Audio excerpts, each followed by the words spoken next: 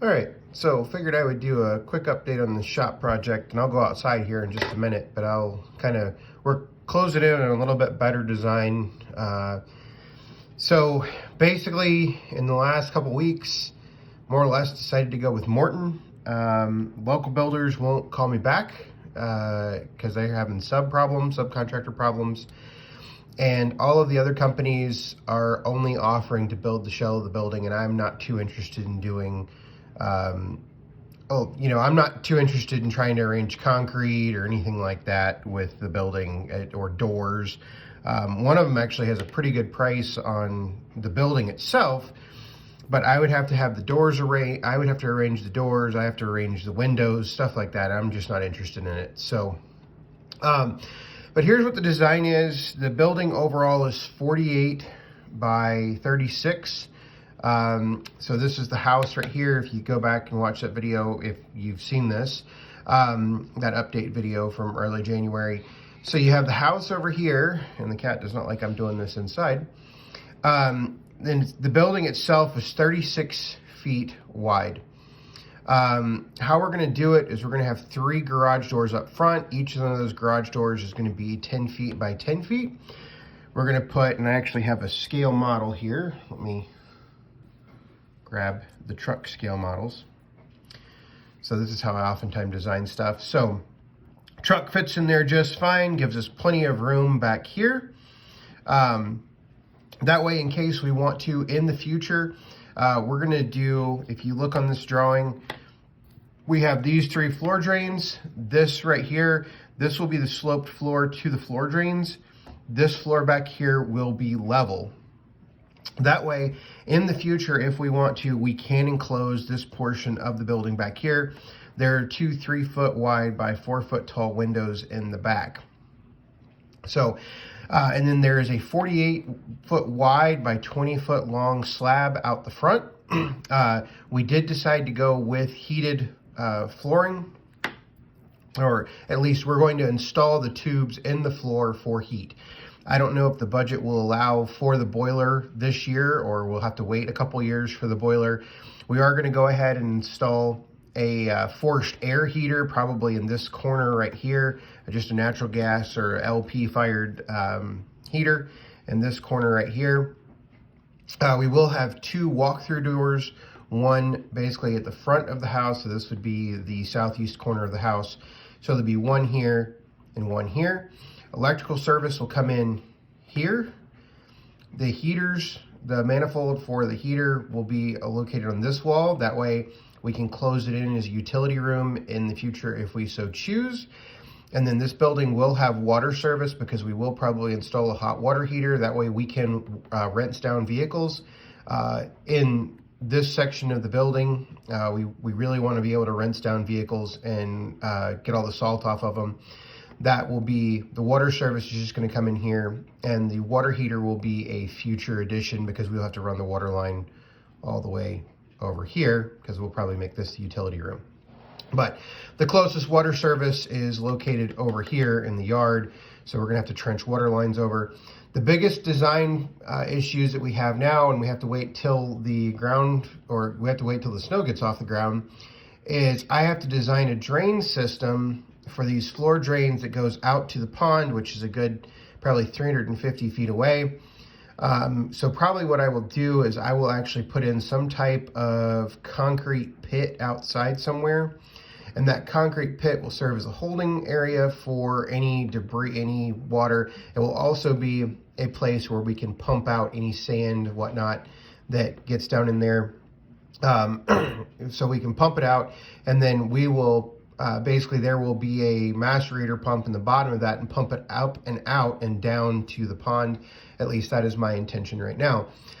We'll go outside here in just a second, and I will show you kind of how we're going to lay this out and some of the design considerations that we took into account to make this 36 feet long. Now, the really cool news is one of the reasons that this is 36 feet long right now is because I have placed an order for a new trailer, and the new trailer is about 35 feet long. So I'm not necessarily planning on storing this trailer in this building for an extended period of time, but it can fit in there if it absolutely needs to. Basically, we'll have 1 foot on either end, which for this building is just fine. So I'll go outside and we'll go over some of the kind of the layout of it, and we'll talk about where it's kind of going to sit. All right, so we're outside kind of looking at where we're going to put it. We haven't exactly decided how far over we need to go. Part of me says we need to put it we need to put the corner of the building where that fence is right there. However, that only leaves about 6 feet in between the two buildings.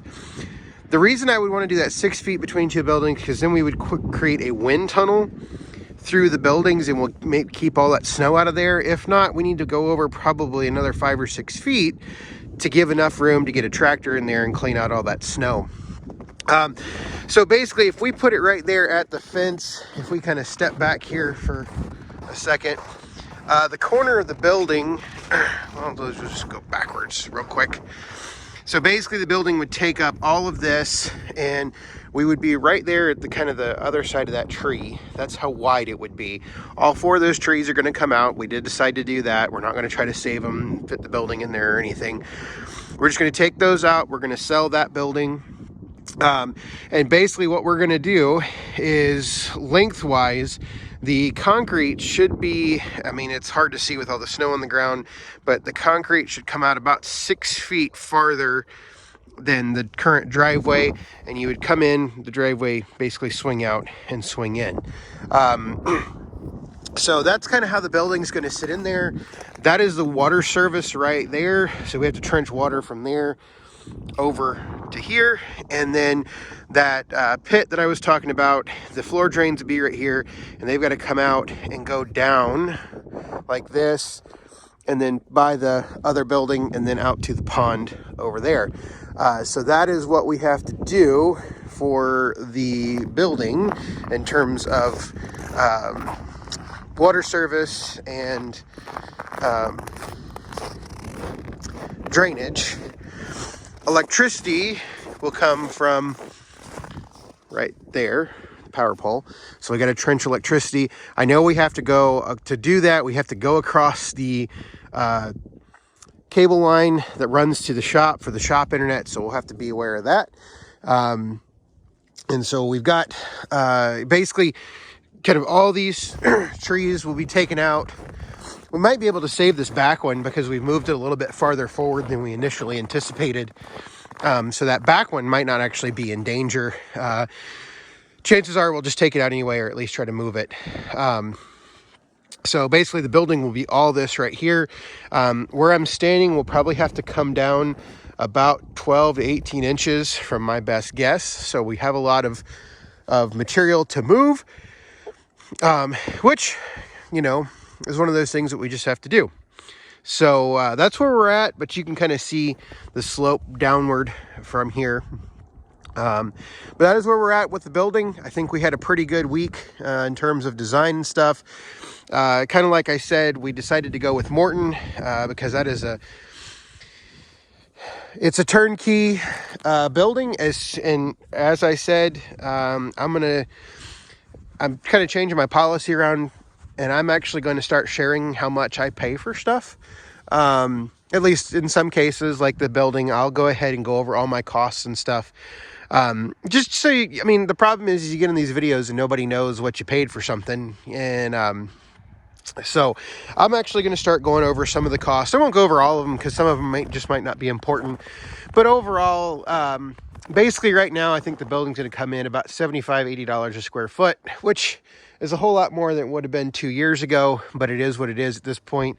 I need the building. So I'm actually going to move snow because we haven't gotten any snow, but we've had enough wind that we've blown snow around. I got snow everywhere. A couple of comments from the last video was everybody thought that I'm going to fill this thing up, and yes, that would probably be my typical MO, would be to fill it up. But you have to remember that this is a very, very purpose-built building. That building right there was just built for storage, and that is what it has been. One of the biggest challenges I've had having that building is the fact that I've wanted to do work in it. And that has probably been my biggest mistake, is doing work in that building. Because then all of a sudden I'm walking back and forth. We'll get in here. We'll get in here where it's a little warmer. When I'm in that other building, I got to walk back and forth to get all my tools and stuff. And you know, it's just not a practical thing. So I don't want another building that I have to keep tools in. I want to make this building right here the primary building that I do work in, which means I have to get this truck out of here. So what I'm going to do is this truck and the other truck, or whatever truck I have at the time, is going to go in the new building. And then the only other things in the winter, the 4066 will go in that building for snow, along with the 1585. There should be enough room. And the only other thing I'm going to store in there is the 318 there under the orange cover. Other than that, I'm not going to put much of anything in that building because I want it to be open. I don't want to have to squeeze a truck in there, you know, at any given time just because I've got a bunch of crap. So 2 trucks, a tractor, a mower. I may, if there's appropriate room, I may put a piece of pallet racking in the back to put the 318 on, and put a couple of attachments like the 673 or the 681 tiller, something like that in the back. But other than that, it is going to be straight garage, a place where I can park a truck and be heated, and then I can come out here and work and keep this as nasty as I want it. So that is kind of the plan for now. Got a couple, I think we have worked out some plans. I've got a couple cool things coming that I've waited quite a while to purchase. Those will be coming in the next few months. And so that's kind of exciting. You know, granted, they're a lot more expensive than I would hope they have been at this point in time, but it is what it is at this point, and we are just going to plow forward with reckless abandon. So if you have questions, comments on the video, design ideas, it's not set in stone yet, but I think we're getting pretty close. You know, we're trying to keep it on our budget, and I think we're kind of at the limit of the budget right now because there's a couple things we really would like to do with it, but I just don't think we can. So thanks for watching.